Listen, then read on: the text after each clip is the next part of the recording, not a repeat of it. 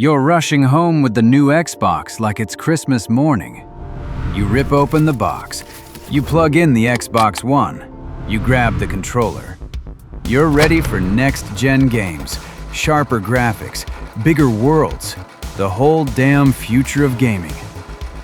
And then the TV turns on, and this thing feels like a damn cable box. Not a console.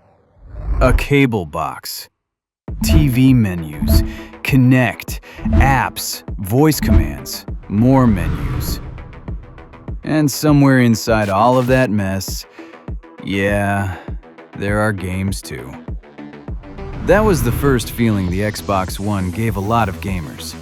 Not excitement, confusion, disappointment, and maybe even worse, the feeling that Microsoft had somehow forgotten why people buy an Xbox in the first place. That is how Xbox started losing the console war before the console even launched.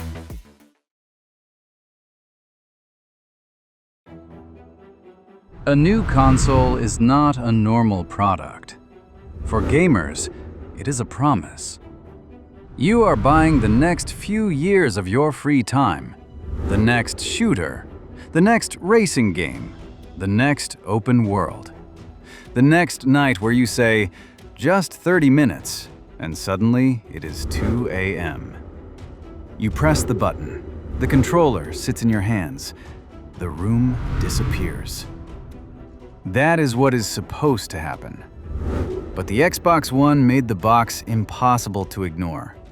You sit there thinking, I paid $499 for the future of gaming. Why am I staring at a home entertainment dashboard? That is not, the interface is a little different. No. That is the product disappointing you before the product has even properly started. A bad game can disappoint you after an hour. A weak launch lineup can disappoint you after a week. But this hits in the first 10 minutes. The fantasy breaks before the first real session even begins.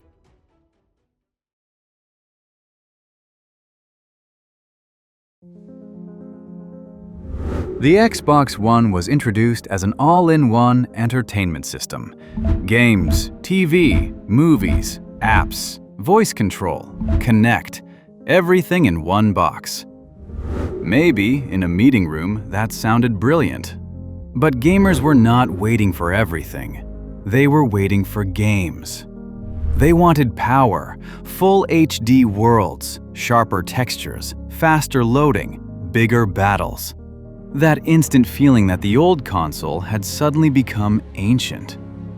Instead, Microsoft walked in like, here is your television, here is your entertainment hub, here is your voice command system, here is your camera, here is the future of the living room.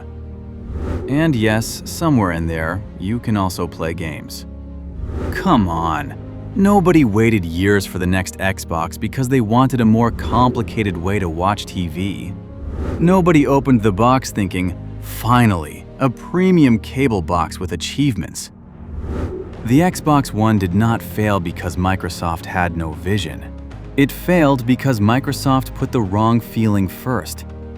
Too much dashboard, too much living room, too much control, too little play. And not enough of the simple thing people actually wanted. Pick up the controller. Play the damn game.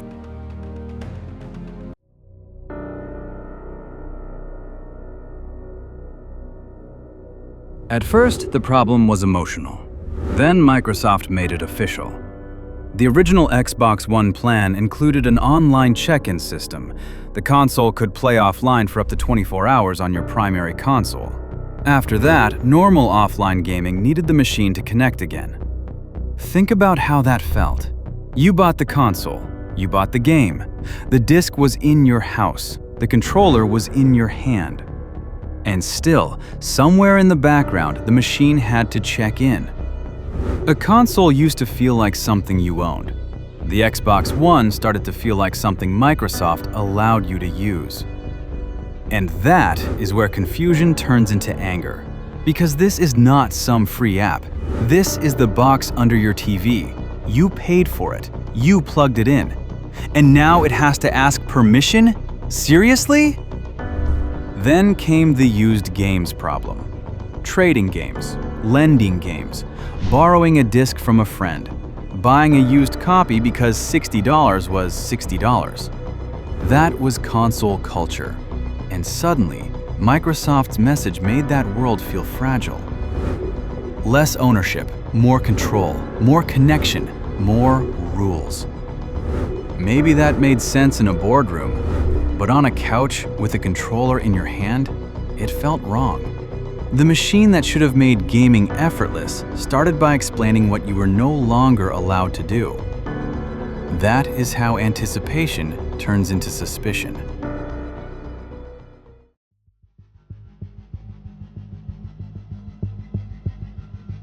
This is why Sony's job became almost unfairly easy.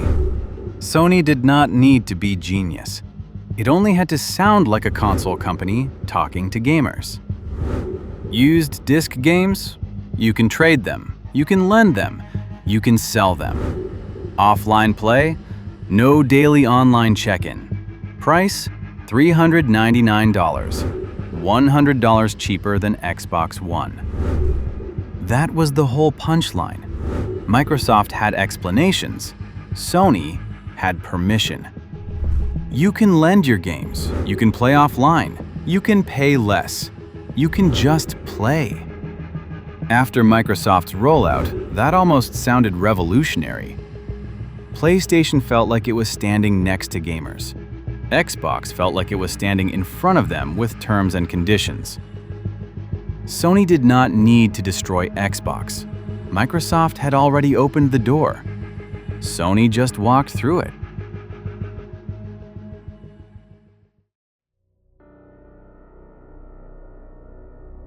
Microsoft reversed course.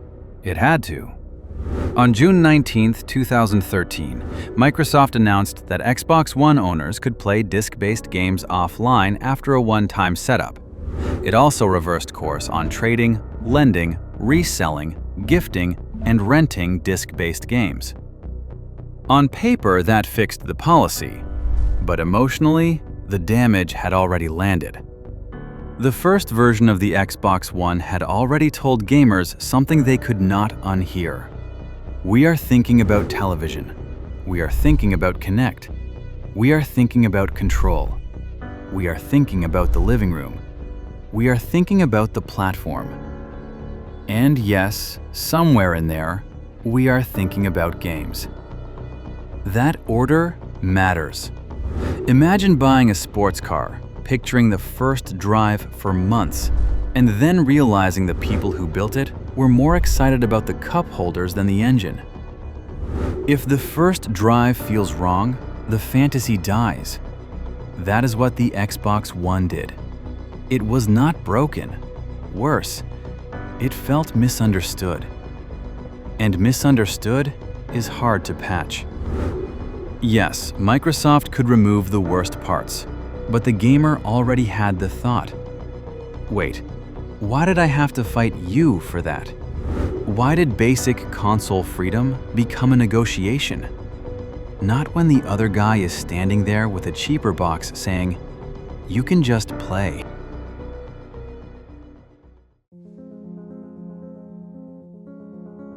Over time, Microsoft improved the Xbox One. The messaging changed, Kinect became less central, the interface evolved. The focus moved back toward games. Later, Xbox made decisions many players liked: backward compatibility, Game Pass, and a more player-friendly ecosystem. But those came later. The first feeling had already stuck. Xbox One became the console that had to explain itself. Why does it need to check in? Why is Kinect part of everything? Why is it more expensive? Why so much TV? Why does Sony sound simpler? Every question became a crack. Xbox lost the emotional benefit of the doubt. And once gamers look at your console with suspicion instead of excitement, the sale becomes much harder. Kinect starts feeling like something you are forced to pay for. And there it is again. I paid $499 for this? Not at launch, not with gamers.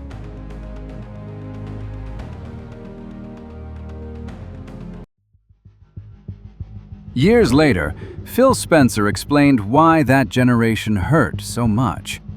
Xbox had lost the worst generation to lose, because this was the generation where players were building their digital libraries. Players were not just choosing a console, they were choosing where the next decade of their gaming life would live. And Xbox entered that moment with doubt already attached to it. The first battle was not fought over teraflops, it was fought over a much simpler question. Who understands why I bought this thing? Sony's answer was simple. Here is a console. Microsoft's answer felt like, here is the future of your living room.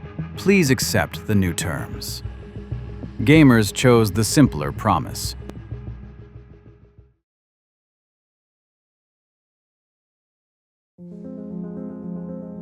That is the line that still explains the whole failure.